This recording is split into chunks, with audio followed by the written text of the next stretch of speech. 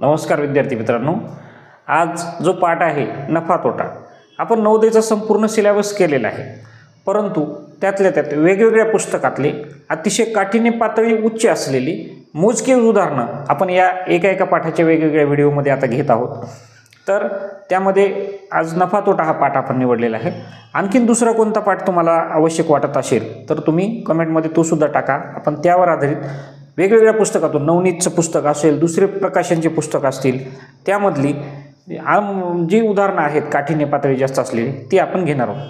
आता आजच्या या नफा तोटामध्ये सुद्धा की मला वाटत नाही तुमची काही शंका राहिली. ही जर 4-5 उदाहरणं तुम्ही पाहिली तर तुम्हाला प्रत्येक उदाहरण हे वेगळ्या प्रकारचं दिसेल. सरळ नफा काढणे, तोटा काढणे, शेकडा नफा शेकडा तोटा हे तर आलंच, परंतु काही उदाहरणं अशी फिरवून विचारलेली असतात. त्या उदाहरणांचा सुद्धा या ठिकाणी सराव होतो. निश्चितच मोबाईल तुम्ही पाहत असताना एका सुरक्षित अंतरावर ठेवा, सोबत वही घ्या, अगोदर पूर्ण उदाहरण पहा, ते लिहून घ्या, नंतर मोबाईल पॉज करा आणि ते स्वतः सोडवा. अशा पद्धतीने अभ्यास करा. आता आपल्याला परीक्षेला जवळ येत आहे आणि अशा प्रकारच्या उदाहरणांचा सराव झाला पाहिजे. आता आपण पहिलं उदाहरण घेऊया.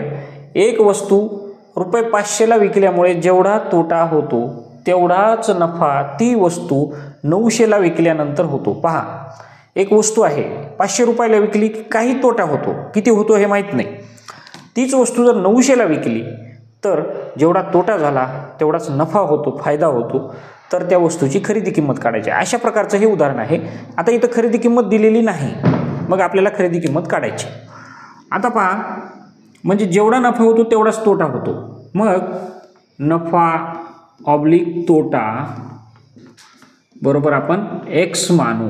जे काय असेल, नफा जेवढा होतो तेवढाच तोटा होतो. मग आता ही वस्तू ₹500ला विकली.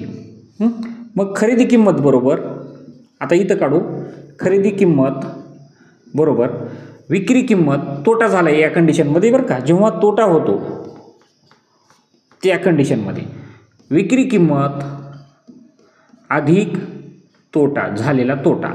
आता नफा असो तोटा आपण दोन्हीला एक समजला आहे. मग खरेदी किंमत बरोबर विक्री किंमत किती होती, ₹500 होती, तेव्हा तोटा झाला अधिक एक्स.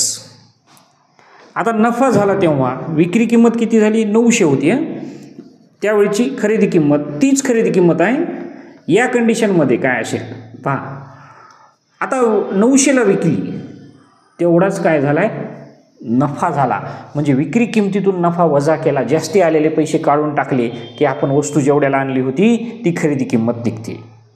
नुकसान झालं, विकलेले पैसे आणि झालेलं नुकसान हे मिळवलं की खरेदी किंमत निघते. इथं वस्तू एकच वस्तू आहे, वस्तू दोन नाहीत, खरेदी किंमत सारखीच आहे. मग खरेदी किंमत बरोबर खरेदी किंमत मी असं जर ठेवलं, ही खरेदी किंमत आहे. म्हणजेच 500ला विकली तेव्हा काय झाला, तोटा झाला. खरेदी किंमत पहा बरोबर खरेदी किंमत, दोन्ही कंडिशनमध्ये ही खरेदी किंमत एकच आहे. मग एक खरेदी किंमत सारखीच असताना 500 अधिक एक्स बरोबर ही खरेदी किंमत असताना 900 म्हणजे नफा झाला असताना वजा एक्स. 500ला विकली तोटा झाला, 900ला विकली नफा झाला, तीच वस्तू आहे. मग आता या ठिकाणी काय केलं आपण, हे एक्स जशाला तसं जागेवर राहिलं. हे ऋण एक्स बरोबर चिन्हाच्या अलीकडे आलं, इथं झालं धन एक्स बरोबर 900. हे अधिक 500 इकडं गेले आणि हे वजा 500 झाले. बरोबर चिन्हाच्या पुढे गेलं की ही लक्ष्मण रेषा ओलांडली की धन ऋण होतो, ऋण धन होतो. 1 एक्स अधिक 1 एक्स ह्याच्या पाठीमागं काहीच नसतं, म्हणजे सहगुणक 1 असतो. 1 आणि 1 2 एक्स बरोबर 900मधून 500 गेले, 400 उरले. आलं का लक्षात. आता 2 आणि एक्स यांच्यात संबंध काय असतो, जेव्हा एक अक्षर आणि एक अंक, याला चल आणि सहगुणक म्हणतात. हे तुम्ही 7वीला शिकणार आहे पदावलीमध्ये. मग यांच्यामध्ये गुणाकाराचं चिन्ह असतं. मग एक्स बरोबर 400 हे गुणाकार गुणिले 2 गुणिले एक्स असं असतं. हे गुणाकार इकडे जाऊन काय झालं, भागाकार. बे एक बे, अंशाला आणि छेदाला सारख्या संख्येने घालू. बे 2 4, बे 0 0, बे 0 0. म्हणजे एक्स बरोबर 200 आलं. एक्स बरोबर काय आलं, 200. मग नफा किंवा तोटा हा 200 आला. मग या ठिकाणी खरेदी किंमत बरोबर 500 अधिक एक्सच्या जाग्यावर ₹200 ठेवलं तर खरेदी किंमत काय आली, ₹700 आली. इथं ठेवा 900 वजा तेवढाच झालेला आहे, वजा 200 बरोबर 700. दोन्ही कंडिशनमध्ये खरेदी किंमत काय येते, सारखीच येते. पर्याय क्रमांक बी हा बरोबर आहे. आलं का लक्षात? अशा पद्धतीचं हे आगळं वेगळं उदाहरण होतं. आता आपण दुसरं उदाहरण पाहूया. आता हे दुसरं उदाहरण आहे. एक टेबल 1200 रुपयाला विकल्यामुळे 20% नफा झाला, तर त्या टेबलची खरेदी किंमत किती? आता 20% नफा हा आहे, याचा अर्थ काय होतो की 20% म्हणजेच 20% नफा, हे समजून घेणं फार महत्त्वाचं आहे. 20% नफा म्हणजे शेकडा 20 म्हणजे काय, 100 रुपयावर 20 रुपये नफा. म्हणजे जेव्हा 100 रुपये खरेदी किंमत असेल तेव्हा 20% नफा म्हणजेच विक्री किंमत 100ला 20 म्हणजे 120 रुपये असेल. आलं लक्षात? 100 रुपये खरेदी किंमत असेल तेव्हा विक्री किंमत किती असेल, 120 रुपये. आता इथं खरेदी किंमत माहीत नाही, पण विक्री किंमत 1200 रुपये आहे. मग खरेदी किंमत बरोबर एक्स मानू, विक्री किंमत दिलेली आहे 1200 रुपयाला ती वस्तू विकली, बरोबर 1200 रुपये. रुपये कसे लिहा? आता पहा आपल्याकडे काय झालेलं आहे. जेव्हा 100 रुपये खरेदी किंमत असते, कसं लिहा, 100 रुपये खरेदी किंमत तेव्हा 120 रुपये विक्री किंमत आहे. मग इथं काय आहे, खरेदी किंमत 100 रुपये खरेदी किंमत आहे तेव्हा 1200 रुपये विक्री किंमत आहे. एक समीकरण मांडल्या, याला प्रमाण म्हणतात या पद्धतीनं. कारण सूत्र वगैरे पाठ करायच्या भानगडीत जायचं नाही, हे बरोबर घ्यायचं. म्हणजे ह्याचं जे प्रमाण आहे 20% नफ्याचं तेच इथं असेल. 20% 100 रुपयाची वस्तू 120 रुपयाला जाते, तर 100 रुपयाची वस्तू 1200 रुपयाला जाते. आता आपण तिरकस गुणाकार करू, म्हणजे ह्यांचा 120 गुणिला x बरोबर 100 गुणिले 1200. आलं लक्षात? मग x बरोबर 100 गुणाकार करत बसायचं नाही, 1200. एक मिनटं मी व्यवस्थित लिहितो. 100 गुणिले 1200 भागिले 120. आता काय करू आपण, 1 0 काढू, 1 0 सोपं होण्यासाठी. 12 1 12, 12 1 12, 12 0 0. मग x बरोबर 1 आणि गुणाकारात 1च्या पुढं 3 0, 10 10 0 0, 10 0 0, 10 1 10. म्हणजेच वस्तूची खरेदी किंमत काय होती, इथं लिहू आपण. म्हणून खरेदी किंमत बरोबर 1000 रुपये आलेली आहे. पर्याय क्रमांक बी. म्हणजेच 1200ला वस्तू विकल्यामुळे 20% नफा झाला, तर त्या वस्तूची खरेदी किंमत ही काय होती, 1000 रुपये होती. अगदी नफा तोटा म्हणजे असं कुळून पेला पाहिजे, समजून गेला पाहिजे, काही अवघड राहत नाहीत. अशी एक एक एक एक वेगवेगळी चॅलेंजिंग उदाहरणं तुम्ही सोडवली तर हे टेक्निक लक्षात घ्या. हे म्हणजे समीकरण कसं येतं, प्रमाण कसं मांडायचं, ही पद्धत लक्षात आली की आपल्याला काही अवघड नाही. आता तिसरं उदाहरण घेऊ आपण. हे तिसरं उदाहरण घेऊया. एक शर्ट 460 रुपयांना विकल्याने 15% नफा झाला. जर त्या शर्टवर 20% नफा हवा असेल तर तो शर्ट किती रुपयांना विकावा लागेल? आता पहा, शर्टची विक्री किंमत ही किती आहे, 460 रुपये आहे. नफा किती आहे, नफा 15%, 15%. म्हणजेच जेव्हा 100 रुपये खरेदी किंमत असेल तेव्हा नफा किती आहे, 115 रुपये. 15% म्हणजे 100 रुपयावर 15 रुपये. आणि शर्टची विक्री किंमत जेव्हा 460 रुपये विक्री किंमत असेल तेव्हा त्या शर्टचा म्हणजे 460 खरेदी किंमत आता काढायची ना, 100 रुपये खरेदी किंमत असेल तर 460 त्याची विक्री असेल. 100 रुपयावर 15% नफा, लक्षात घ्या, 100 रुपयावर 15% नफा म्हणजे 100 रुपये खरेदी आहे तर 115 विक्री होते. इथं 100 रुपये खरेदी आहे तर 460ला विकला आहे म्हणजे 460 विक्री होते. आता आपण काय करू, हे खरेदी किंमत खाली ठेवू. 100 रुपये खरेदी, 115 विक्री बरोबर 100 रुपये खरेदी, 460 विक्री. कारण विक्रीवर खरेदी खाली. तिरकस गुणाकार केला. 115 गुणिले x बरोबर 100 गुणिले 400. तर x बरोबर 100 गुणिले 460 460 भागिले 115. आता आपण 5 न भाग घालू. एकक स्थानी 5 आहे तर 0 आहे, म्हणजेच 5 दोन्ही 10, 5 0 0 20 आलं. 5 एक 5, 5 दोन्ही 10, हातचा आला 1, 5 त्रिक 15. आता 23 आलं. 23 एक 23, 23 दोन्ही 46, 23 0 0, म्हणजे 20 गुणिले 20, 20 0 0, 20 दोन्ही 40, 400 रुपये. एक्स काय? खरेदी किंमत, म्हणजे त्या शर्टची खरेदी किंमत बरोबर 400 रुपये. 460 विक्री आहे. आता 400 रुपये खरेदी किमतीवर 20% नफा मिळवायचा आहे तुम्हाला. म्हणजेच आता या ठिकाणी घेऊ आपण, जर खरेदी किंमत 400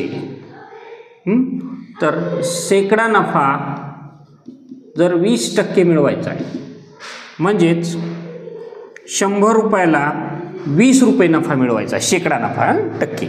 तर 400 रुपयावर 1 रुपये नफा मिळवायचा. मग खरेदी किंमत 100 रुपये, 20% नफा बरोबर. आता ही खरेदी किंमतच आहे 400, याला 1 रुपये नफा. मग म्हणजेच नफा अगोदर काढून घेऊ. 400 रुपयावरचा नफा 20% आणि मग तो खरेदी किमतीत मिळवायचा. पहा 20 गुणिले 400 बरोबर 100 गुणिले x. मग x बरोबर 20 गुणिले 400 भागिले 100. आता हे 2 शून्य कटले, हे 2 शून्य कटले, बरोबर आलं 20 चौक 80. म्हणजे 80 रुपये नफा कमवावा लागतील. खरेदी किंमत किती आहे? खरेदी किंमत अधिक नफा बरोबर विक्री किंमत. खरेदी किंमत आहे 400 रुपये अधिक 20% नफा किती व्हायला आहे? 80 रुपये. म्हणजे विक्री किंमत किती? 480 रुपये. 480 रुपये. हां, पर्याय क्रमांक सी या ठिकाणी हे गणित येते. पहा, वेळ लागणार नाही, फक्त लक्ष देऊन करायचं. तर 480 रुपये अशा पद्धतीने हे गणित वाचल्यावर आपल्या डोक्याला गरगरायला होते. किंवा 460ला विकायले आणि 15% नफा झाला. हो, 15% नफा झाला. मग त्याची खरेदी किंमत काय होती? कारण त्याच शर्टवर म्हणले, मग खरेदी किंमत काढायची, त्याच्यावरचा 20% नफा काढायचा, तो 20% नफा खरेदी किमतीत मिळवायचा. म्हणजेच काय होतं? एकूण विक्री किंमत येते 480 रुपयाला तो शर्ट विकावा लागेल, म्हणजे आपल्याला 20% नफा राहील. आता चौथं उदाहरण घेऊ आपण. चौथं उदाहरण आहे, प्रत्येकी ₹400 खरेदी किंमत असणारे 40 शर्ट प्रत्येकी किती किमतीस विकावे, म्हणजे होणारा नफा 20 शर्टाच्या विक्री किमती एवढा येईल. पहा, 400 रुपये खरेदी किंमत आहे. एक शर्ट बरोबर 400 रुपये असे किती शर्ट आणलेत? 40 शर्ट. मग 40 शर्टची एकूण खरेदी किंमत किती होईल? 40 गुणिले 400. एकूण खरेदी किंमत बरोबर 400 गुणिले 40, कारण 400 रुपये किमतीचे 40 शर्ट आहेत बरोबर. 4 चौक 16, 1 2 3, 16,000 रुपये एवढं आलं. एकूण खरेदी किंमत 16,000 रुपये आली. आता काय म्हणते की इकडे लक्ष द्या. आता आपल्या लक्षात काय आलं की 16,000 रुपयाचा माल खरेदी केला आहे. मग हे शर्ट प्रत्येकी शर्ट किती रुपयाला विकावं, म्हणजे 20 शर्टाच्या विक्री किमती एवढा काय होईल? नफा होईल. 20 शर्टाच्या विक्री किमती एवढा नफा होईल. एक शर्ट किती रुपयाला विकावा? आता आपण काय करू? एक शर्ट बरोबर 1 रुपये. आता विकायचे किती? 40 शर्ट. मग 40 शर्ट विक्री किंमत बरोबर. एक शर्ट विक्री किंमत विक्री बरोबर एक शर्ट 1 रुपयाला विकला. 40 शर्टाची विक्री किंमत किती आली? 40x आली. आता मला सांगा, एक शर्ट 1 रुपयाला विकायचं आहे, विक्री किंमत आहे, तर नफा बरोबर नफा किती होणार आहे? नफा हा 20 शर्टाच्या विक्री किमती एवढा होणार आहे. म्हणजेच 20 गुणिला x बरोबर नफा आहे 20x रुपये नफा होणार आहे. हे x किती किंमत आहे माहीत नाही, पण x एका शर्टची विक्री किंमत आहे. एका शर्टची विक्री किंमत आहे. 20 शर्ट विकायले विकले तेवढा नफा होणार आहे, म्हणून नफा बरोबर 20 गुणिले विक्री किंमत 20x. आलं लक्षात. मग आता खरेदी किंमत बरोबर, आता पहा खरेदी किंमत बरोबर काय, विक्री किंमत वजा नफा. एखादी वस्तू मी 100 रुपयाला आणली आणि ती 150 रुपयाला विकली, 150 रुपयांना विकली. विक्री किंमत किती आहे, 150 रुपये, वजा 50 रुपये नफा झाला. आलं का लक्षात. 150 वजा 50 बरोबर खरेदी किंमत माझी आणलेली 100 रुपये निघेल का नाही. तसं खरेदी किंमत म्हणजेच हे किती आहे, 16,000 रुपये बरोबर. आता विक्री किंमत, 40 शर्टाची विक्री किंमत किती आहे, 40x वजा नफा किती आहे, 20x. x काय आहे आपल्याला माहीत नाही, त्या सोडून हे गणित 2-3 वेळा केलं तरी येते विद्यार्थी मित्रांनो, लक्ष देऊन करा. मग 40मधून 20 गेले, मी आता काय करतो, सरळ करतो. 20x बरोबर 16,000 रुपये. मग x बरोबर 16,000 भागिले 20. हे शून्य काटलं, हे शून्य काटलं, बे एक बे अंश झाला एकाच संख्येने. मग 82 16 0 0 0 0. x बरोबर 800 आलं. x हे काय आहे, एका शर्टची विक्री किंमत ही काय आहे, 800 रुपये. पर्याय क्रमांक डी. हे उदाहरण खूप सुंदर उदाहरण आहे. हे असं वाचलं की वाटतं ह्याच्यात काहीच दिलेलं नाही, कसं करायचं. मात्र इथं डोकं लावावं लागतं. 20 शर्टाच्या विक्री किमती एवढा नफा, एक शर्ट x रुपयांना विकलं तर 20 शर्ट 20x रुपयांना विकले. आलं का लक्षात. त्याच्यानंतर आता आपण 5वं उदाहरण घेऊया. आता हे 5वं उदाहरण आहे. हे उदाहरण बघा. हिमांशूने 10 दूरचित्रवाणी संच प्रत्येकी 12,000 रुपयाप्रमाणे खरेदी केली. ते दुकानात नेण्यासाठी त्याने काही रक्कम वाहतूक व हमाली यावर खर्च केली. आता 10 TV घेतल्या म्हणल्यावर एखाद्या गाडीत न्यावं लागतं, डोक्यावर थोडंच नेणार आहे, तो खर्च केले. हे सर्व संच त्याने 14,500 प्रमाणे विक्री केली प्रत्येकीस. तर या व्यवहारात त्याला 20,000 रुपये नफा झाला. असल्यास त्याने वाहतूक व हमालीवर किती खर्च केले. आता इथं काय करावं लागेल त्याला, त्याची 12,000 रुपयाला एक TV आणला, दूरचित्रवाणी संच म्हणजे TV, असे 10 TV आणले, 14,500ला विकला, ते पण 10चे 10 विकले, म्हणजेच त्याला नफा किती मिळाला हे काढावं लागेल. त्यातून त्यानं काही खर्च केलेला आहे, खर्च वजा जाता त्याला 20,000 निव्वळ नफा राहिला आहे.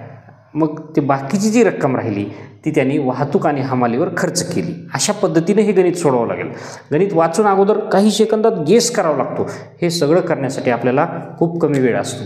आता पहा, 10 दूरचित्रवाणी संच, 10 मी संच लिहितो बरोबर 12,000 रुपये प्रमाणे. एक संच गुणिले 10, एकूण किंमत, एकूण किंमत 10 दूरचित्रवाणी संचाची म्हणजेच किती आली, हे 12, 3 आणि 1 4 0, 1 2 3 4, एकक दशक शतक हजार 10,000, 1,20,000 रुपये खरेदी किंमत त्याची.